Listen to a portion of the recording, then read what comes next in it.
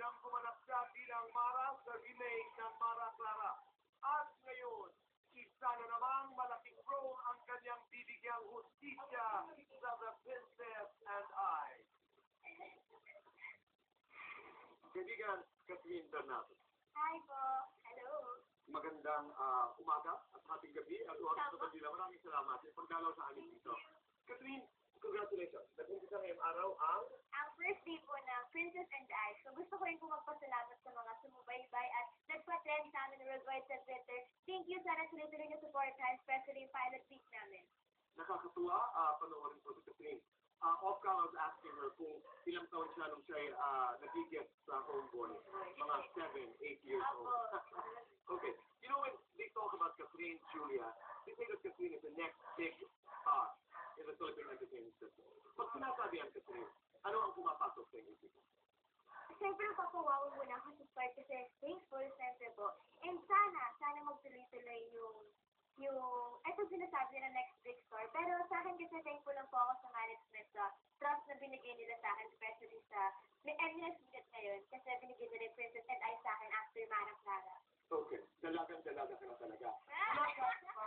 To prime time Princess Ika, ano yung mga adjustments na iyong ginawa? Madami po siguro isa na po doon ang kailangan. Hindi ka lang pang bata na role. Yung katulad pinakita kanina, super go, ganyan. Kasi may sawa factor yun sa mga viewers, siyempre. Aware ka dyan, ha? Opo. You think about it. Yes, and Okay. kailangan mas magaling ka sa last mong ginawa.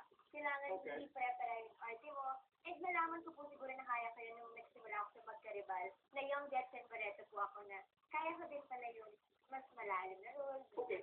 Do you also think na ikaw, lalo na kayo, you are growing up in the public eye? Napapanood namin. You're aware of that. You're conscious. Super. Opo, super. Kasi lalo na yung role ko po as Mara na kailangan, maging maganda example ako, especially sa mga bata. So, kailangan mo i-maintain yung image na yun kasi public property ka. Part yun ng work mo eh. So, kailangan mo panindigan talaga yun. Bata ka pa nag-umpisa. Wala bang mga pagkakataon, wala bang mga sandali na parang sinasabi mo, ninakaw kahit papano ang iyong pagiging bata ng trabaho bilang artista? Siguro lahat naman po ng self-star masasabi yun kasi hindi ka kagaya ng ibang magporkato kung na makalabas sila. Anytime, gagawin nila yung gusto nila. Kasi limited ka lang and yung time mo, more on... And you're okay with that?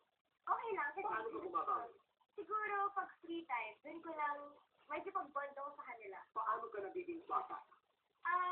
Simpleng, kahit sa bahay, papupuntahin ko po sila, or lalabas kami manonood ng movie. Super happy.